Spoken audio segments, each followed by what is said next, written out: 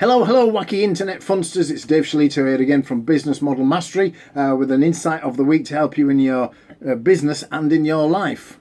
Now, at Business Model Mastery, I've morphed to service smaller businesses, 1, 2, 3 men or woman armies. And the only real reason for that is not because I don't have corporate insight, it's because those kinds of businesses seem to be most attractive to my kind of message. My messages seem to resonate most with that size of business. And so that's who I now target. That doesn't mean to say that the lessons that I impart, I don't have their roots in larger businesses, but there is always going to be some lesson that a small business can take out of anything that I say or anything that I teach and go, I wonder how I could use that, leverage that in my business or my thinking, my paradigm, how that's going to change the shape of my lens through which I see my own business or a future prospective business I might want to start. So with that said, this week I want to talk about why 2.7 million people are still subscribed to the Netflix DVD by mail service. Now, you would think, Netflix DVD service. Yes, Netflix started out as a DVD through the mail service. My younger viewers might not remember that, but that was how it was, right? Netflix entered the DVD rental business in 1998, and by 2011 they had 14 million subscribers, getting those beautiful red envelopes through the mail. And then later, of course, inevitably they pivoted their model to online streaming, which meant goodbye Blockbuster. Anyway, at last count, most recently, the online Netflix streaming service had about 195 million subscribers on streaming. Banzai! So is that it then? Is the old DVD model through the mailbox dead in the water? Well, no. And it's an interesting reason why not. In fact, there are a few reasons why not. So obviously the numbers have fallen significantly, but there are still those 2.7 million DVD by mail subscribers. And those are figures, the only figures I have are for the USA, so that's USA alone. Right? I don't know about the UK or New Zealand or Australia, but whatever. And this still brings in, the DVD business still brings in 212 million profit. 212 million profit a year. That's not to be sneezed at. So they may have shaved off that little part of their business and have it as a self-functioning thing over here. Yeah, that's the DVD business. But it's still a self-leaking lollipop. It still washes its own face financially to the tune of $212 million profit per year. Why? Why is this? Why do those 2.7 million people just in the USA still want DVDs by post? Is it not an out-of-date medium? Well, here's the thing of it. The first reason is that rural America struggles with broadband access. Yeah. Streaming Netflix video requires a lot of bandwidth. In fact, so much so that I think Netflix consumes over 15% of all internet bandwidth. And that was in 2018.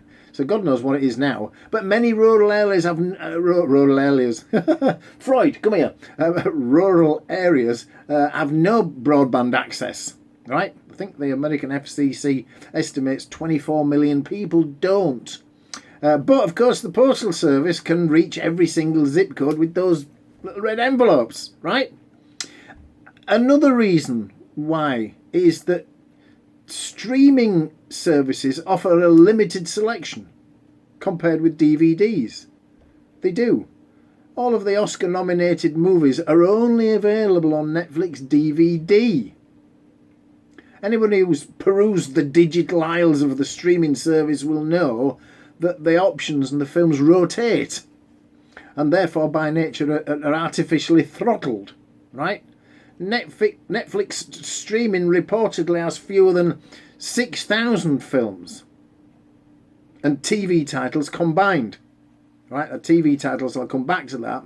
6,000 films and TV titles combined, right? But there are 100,000 films on Netflix if you're using the DVD service. So that's another reason. More choice. Yeah.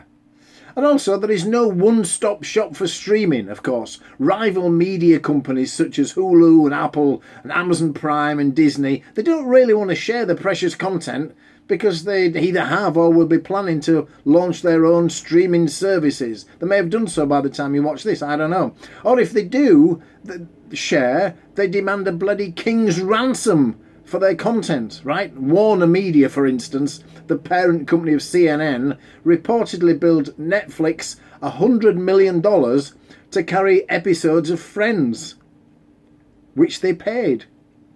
That's how valuable it was for them to have that out-of-date 90s box set on streaming. So, as Netflix carries on increasing its focus on TV content, like Friends, movie fans may feel kind of left out. So movie buffs now need multiple subscriptions. You know, they need Hulu and they need Disney and they need Amazon Prime and they need Netflix. Now, Netflix does stream a lot of movies, sure, but they're only available on the other films. Netflix do have a big catalogue, but you've got to go elsewhere if you want to get all the films, because many of the big studios have not done deals with Netflix. Also, movies and TV shows can vanish from streaming services depending on license deals. People don't think about that. The titles in the Netflix DVD library, on the other hand, pretty much stays around forever because there's no licensing involved. Final reason is probably subscription fatigue, right?